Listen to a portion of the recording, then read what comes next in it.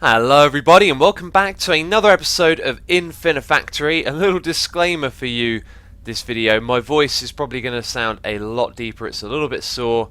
It doesn't really hurt to talk, but I noticed it keeps going into the deeper registry. So, yeah, kind of a little bit different. But anyway, it's probably not that noticeable. We're going to be doing the last set of puzzles today, and like we did last weekend, if we get 1,000 likes on this video, I'll release the next episode tomorrow. So, as always, I appreciate the support on these videos, and it's nice to do a little bit of back and forth there. So if you guys show some support, we'll put out the next one like a day earlier, which will be cool. Anyway, let's do this. Let's create a new solution for meat product type 57. That sounds peculiar as always. So you guys have been telling me a few things in the comments. You know, I record these videos all at once, so it does take me a while to get back to them. I have missed a few of the little logs in some of the previous episodes. I apologise for that. You guys are a lot more observant than me. But remember, when you're watching a video, your eyes can kind of wander anywhere on the screen, whereas mine will probably be focused on what I'm thinking about. And by the way, really nice kind of scenic area right here. This looks ever so cool and surreal. I like it. And if we go into this area, I haven't seen an event log. I apologise if some of you have seen it. And also, you've been telling me as well that we can move blocks with one of the block types we have, that being the blocker. This apparently acts like a sticky piston. It will attach another block to it like an eviscerator, so we can streamline some of our solutions a little bit by attaching these things to those. You can also like do this as well. Let's grab a conveyor and let's simply put one here, and then we'll have another one on top of it that goes like that, and then when we press play it drops it down in front of it. So I don't think that is useful in any way at all, but there's probably some things you can figure out with that. So what do we have right here? This is a processing thing. Yeah, and then we got to get 5. Are these different? Are they all the same? Do we have to do them all at once? They appear to all be the same, and I think you've just got to split them up, and maybe they all have to go in at the same time. So where was the input? I didn't see anything other than these 3 things down here. So let's play and see what happens. Okay, is this like raw meat coming out of the ground? That is so bizarre. What is it attached to? It's just a little fella, isn't it? Oh, who's this little guy? But he sticks his head out of the ground, so how do we take him out of there? I don't even know. This is a little bit peculiar, let's say. Wait a minute, that's like a 2 wide block, isn't it? Oh, we killed it! And then that's it, apparently. It doesn't appear to be another one coming back up again. Fascinating. Did I like completely miss it here? Is this just some other optional thing? So let's say that's not the way to do it. Let's say you've got to push it off to the side. So we attach this thing right here. We're going to need a sensor as well. That's all pretty straightforward stuff. Let's rotate it like that and let's see what happens. They're going to run around! Oh my days! It's so cool! Oh, they're so cute and weird looking. And now they're going to become food. Feels kind of cruel, really. So, I'm not seeing any, like, behavioural pattern here. It looks like they just sort of pick a direction and move. So, I don't know. Let's try and put these guys onto conveyor belts. My first thought here is that when we push them out, we can't actually put a conveyor belt directly there. Why can't we just fly?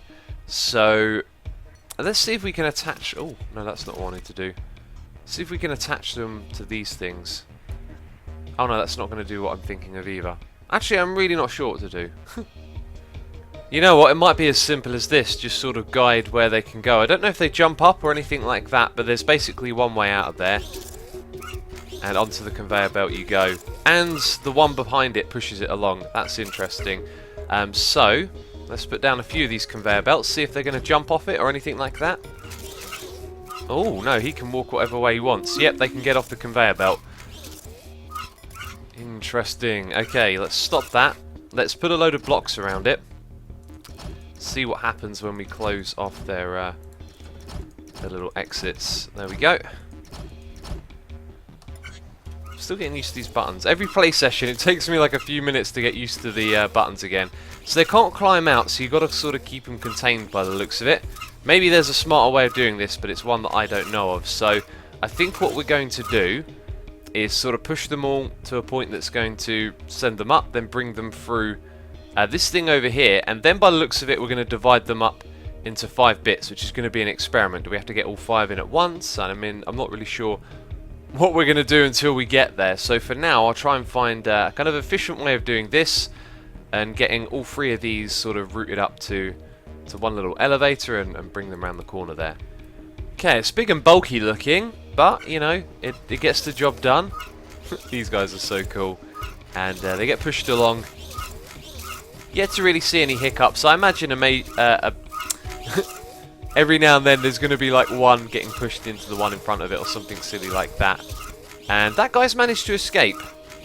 And I think I know why. It's probably this little system right here being a little inefficient. What if we were to stop that, and instead of using the whole sensor system, we just had a block there? I imagine some of them would probably fall down again. It's unlikely that they're then going to move forward, right? We might need another system altogether to move them up. Let's see how this one does. Oh, that's going to fall down. Of course it is. Let's just put another block there quickly. Speed this up. Right, so they're just getting stuck underneath there. And then they go backwards. Then they start to choose where they want to go. Oh, well, maybe what we just needed was a tube, actually. Okay, let's make a tube of blocks going up like this. Sort of one way in, one way out kind of deal. And before we remove the piston, what would happen if we were to just leave it like this? They come up here. They start standing on top of each other. They're pretty funny, these things. Alright, enough of that. Enough of messing around. Let's now place that there. So let's assume that all of this works. They're going to go through this thing and the poor little guys are going to get turned into packaged food. And then it looks like we're going to just have to split them up into 5 separate ones. But for a little experiment, what happens if we only put them in one? Let's do this. Let's fast forward them all the way around here. Let's also check this thing works. Pretty sure it does. In theory, it would. So let's have a look down below. Doesn't appear to be anything wrong with that. And let's see them going around here. So they go through. They get processed. And then they go into this thing. Okay, very cool. It needs 2 more, so that one's done. And it keeps accepting more, that's good to know. And yeah, you basically just got to put 10 into each, don't you? Alright, simple stuff. So this was my first solution, currently untested. It was kind of obvious what to do here. Doesn't feel especially elegant, but, you know, it should get the job done. So let's bring these around and then explain how it works if it's not obvious. Okay, up they come. They're going to come out here, they're going to get sent around to the left. And then the first one's going to get backed up. And the second one's going to have to push it along. Like this. I really like this solution, actually. There might be a slight flaw with it, which is when all the pistons push, there might not always be... Hello, how did you end up down there? That is a little bit odd. Let's have a look. So we've got 7, 8, 8, 7, 7. So it's not going to work like that at all. Why do they come off the edge here? I'm not sure. Oh, it must be one coming from behind, nudging it when that... Okay, right, we can solve that quite quickly. Let's take a step back. And I've got a feeling I'm sort of saying a lot and not finishing my sentences right now. So to make it clear, when that extends, this one stops and the one from the side can push it in. So hopefully this will help with that. But the problem that I noticed is that they're not coming in at a consistent rate. And therefore, I think when they go around here, they might not all be sitting on a block when the one at the end activates. And I'm not sure how we would go about making that work, unless we had like another little backup chain somewhere around here, where we had, I don't know, like 5 blocks in a row, and then it wouldn't let them move until they'd all filled up. I don't know how to do it. Let's see what happens. This isn't going to be the most efficient way. I'm pretty sure our score could be better, but let's see if the solution is valid. In fact, I'm pretty sure it will work eventually, but it just might be a little bit sloppy. So let's play close attention here. Yep, that one right there. I don't know. Let's follow the numbers. They've all got a 9. Now they've all got an 8. Oh, that one's got 7. Interesting. Yeah, the way they don't come in at a consistent manner definitely affects this thing. But even though it's inefficient, I think everything is going to get its amount. Just these two over here are going to get them quicker. Let's speed it up and just see what the score is for this one, because that is technically a solution, even if not the best. And slightly better footprint score than the average there. Our cycle score is very high. In fact, no one's got it as high as that. How is that possible? How have I managed to do that so good? And the block score is pretty good as well. Huh, interesting stuff. That's the first time we've ever got something like that, which is very cool. And that end solution right there, maybe it could have been better. This could have been a better score overall, but I will accept that because we've got an awesome score right there. And that's a first, isn't it? And whoa, what just happened to the screen? I've got it. We have visual. Oh, that was a nice little thing. For a second there I thought, oh no, what's gone wrong with my computer? What's gone wrong with my recording? So they got a visual through to us. I'm imagining we're going to see more little things like that as we approach the last puzzles here. But yeah, anyway, let's jump right into the second one. This is Relaxant Formula 13. So let's create a solution. Let's jump in there, see what we've got. We're in this lovely area again. Let's have a look for an event log quickly. Doesn't appear to be anything hidden around here or on top. Oh, we got to make a... kind of looks like a tree, doesn't it? Let's go inside this building. Maybe no event log, but what we do have is a new block type, I think is what it's saying. Or maybe not. Okay, let's just read it. So, we've got this one block, and we have to put 3 of another type of block to change that block. Fascinating. Here is where the other bits go in. And we're supposed to run it across the front there. Okay, so that should be fair. Well, no, wait. Is that the finished product? I think that is. Okay, this is confusing. So what's this up here then? Oh, we get that thing come through. This is a strange puzzle. And then we get another one a little bit later. I don't really know what to make of this. It feels like we've been given something very big, which we then have to slightly dismantle while constructing other bits in a small area. So we've got to take the top of that tree, get those blocks from it, and put it in here. Well, this is different. Let's say that. This is very different. Feeling very unsure about how to go about doing this. And what I've noticed is that we basically need to get rid of these blocks and these ones. We need to keep the ones on top and potentially keep all of these as well, because this is actually part of what we got to construct. So we've got the 2 things over there, 3 blocks in total, and the other one that we just pointed out from that thing over there, I'm going to call it the tree, is the bottom one, and then it's this one over here that we have to fill up with the stuff from up top. So my first experiment was to try and use this like a sticky piston to pull the blocks back, because that's what some of you suggested you can do in the comments, but I think either there's something else going on here, or maybe I misunderstood. But let's have a look. Basically, it does absolutely nothing. So that's not going to be the way to do this. But we're going to try and sort of... I'm not sure if we can even technically separate them without breaking any blocks. I really don't know. So experimentation here is not going particularly well. I've tried a few different things, and then a thought occurred to me. How much of this do we actually need? If we just play this, you can see we get a lot of stuff right here, and we get 2 of these items down here. Then when the next one comes along, which is now, we get our second 2. So I think we actually have to destroy more of this than I'm trying to destroy, because I was going to preserve all of the items that we get here, or at least as many of them as we can for the ones that we need. But the thing is, for every 2 of these that come through, we need 3 of those blocks to come in, and 1 of the other block which goes at the bottom there. So that means, out of all of this tree, as I'm going to call it right here, we actually only need to keep a small amount of it. So I'm going to kind of redesign this, and we're going to have a whole bunch of eviscerators here, and it's going to destroy pretty much most of this thing and just keep the 2 bits that we need. So I was going to get a bit further into this one, but I thought I'd show you what's going on. I'm just trying to arrange the eviscerators so we can efficiently separate these, which is proving to be a little bit tricky. So the bottom bit is really easy. Let's pay attention to that. You can see, oh, I actually stopped it. Let's press T. We're going to basically reserve the block at the bottom there. But then we're sort of left with this big bulky bit up the top here, which is kind of difficult to get the 3 blocks we need out of, because it is 4 blocks across, 4 blocks deep, and 2 blocks high.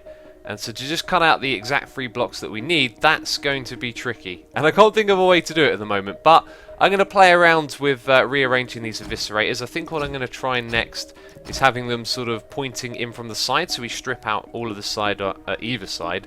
But another thing you can do, by the way, is place a block there on top of the eviscerator. And it appears to just make that completely useless, which is a little bit peculiar. So, I've made a little bit of progress here. Got quite a nice setup, actually. We separate the bottom block really quickly, destroy all the bits on the bottom and a lot of the stuff from the top. But we're kind of left with this big chunk that I don't know what to do with. And I just made a little machine that destroys all but two here. So it drops down. Let's pause it. That's the kind of bit where I'm stuck at, where we've got this big block and we need to reduce it to 3. So we cut it in half and then we send it back on itself.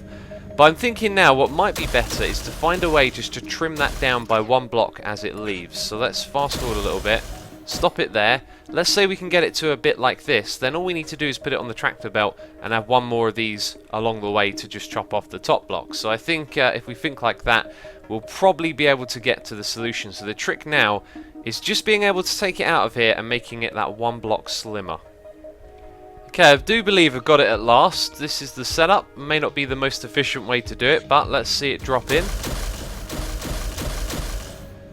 And there you go, we've got 3 left over. So now I'm thinking, right, we've got to start moving these items over there. It looks like these ones get there a lot quicker. So how we're going to process all of this, I'm not 100% sure. We might do some sort of backup thing to delay these slightly, but basically those blocks have got to go over to this side. And the other one's only got to go on the bottom, so it should be fairly straightforward. I guess the first thing to do is to put the conveyor belts over here, so then you can see what time they're going to arrive at. But even then, it's a little bit confusing, because as you can see, this one's going to be up in the sky, and where do we drop it in, etc. I think actually what we'll do is put it onto, I was going to say this track, and then move these over by 2, but that might be a little bit tricky. Nope, we can drop it in just before. So if we drop that in there, then that's going to be the one for that. This is going to move over by 1, and that one's going to go down there if I can get it right. Yep, so let's bring them all in and see what the timing's like. Something very important has just occurred to me. Let's speed this up a little bit. Here come our materials. And let's pause it, because it stops right there on its way in. Now that's not the problem. I think the problem is, how does it get into this area?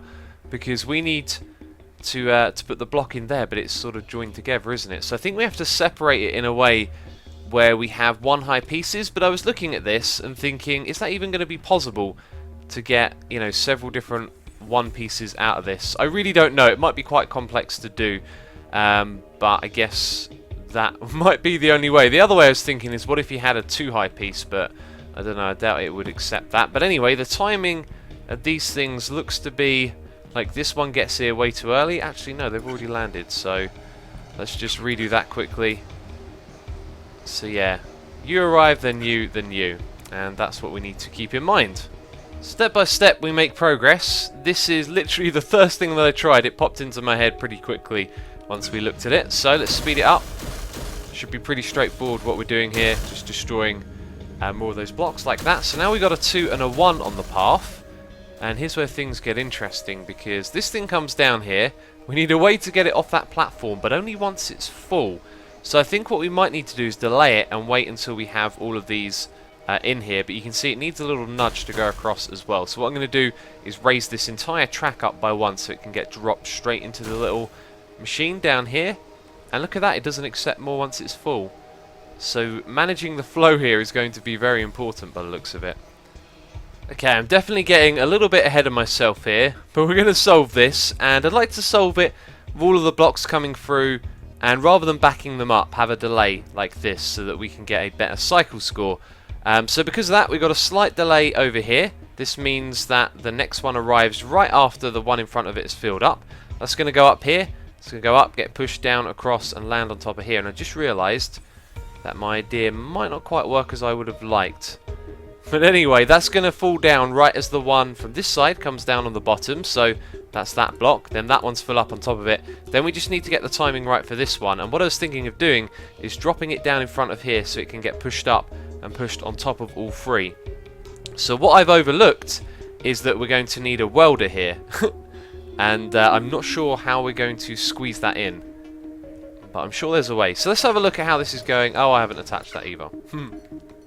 Yeah, second ago that was a little bit lower down. So let's start the game. Let's speed it up. So this thing gets a delay, although it's probably going to get right in the way because I've just hooked it up to all of this. Yep, it's going to make a mess of things, so let's just remove that right there. Speed it up, bring them all the way around again. So there you go, watch the timing of this one and that one right there. It sits there, this one sits here, then these two arrive just before that one gets around. There you go, gets pushed down, gets dropped down on top of it, and the timing there wasn't quite right, but the idea is that this thing would be the next one to come along and land on top of it. So I think what we need to do is add more delay, and somewhere back here we're going to also raise it a block as well. I was just flying around when I saw this. If you go too far from the edge, I guess you get that. I was wondering if there's like a secret event log that I'd sort of overlooked, since we haven't had any in these first two levels. But anyway, this is done. It's pretty much the same thing. I've just been figuring out the timing, so we have a ridiculous amount of delay back here. I'm starting to wonder if maybe I should have just gone for the cheap trick where you back them up with these, but I thought it'd be interesting to keep our cycle score good. So that it goes through here, once again, tons of delays, and it's all about getting them all down to this bit over here at the same time. So in order to do that, I had to lower this bit here by one block because it would push the block over the top to fall down, where it only needs to be here, and it would activate the sensor at the top. So anyway, let's speed this thing all the way up. Let's bring in our blocks and we'll see it all in action. So that one over there is now in place to be filled up. This one arrives here at the bottom. One gets filled up, the next one pushes it along. It gets dropped on top. This one falls down, and just before that one gets there, they get welded and sent off. And amazingly, I've managed to get one block here wrong at the end. So let's speed it all the way up. Let's just hold down fast forward here and let them come all the way around. It's really cool. I love the way it looks. And is that correct? It is. Amazing. Let's hold down fast forward and hope that the timing keeps up. It should be fine for the entire thing. And it would appear that we have done another level here, which is awesome. Cool. 2 more to go. 1, 2. What's our score going to be like for this one? The footprint score was massive. Oh, that's not good at all. That's probably one of our worst. Same for block score as well. However, that will be because of all the delays we've had, and the cycle scores are much better. I think what we did there probably wasn't as good, was it? But we managed to solve it anyway, so you could probably do a much better job than I did there. But anyway, that's going to be it for this episode. We've got 3 more left to do in the game, and then that'll be our last performance review, I guess. Unless we go back to like the test zone and do some other stuff, but I'm really not sure at this point. So that's it for this episode. Like I said at the beginning, 1,000 likes and we'll unlock another episode, which I'll upload tomorrow. So yep, as always, do appreciate the support on this series, but that's it. So thank you very much for watching, and I will catch you next time. Bye bye.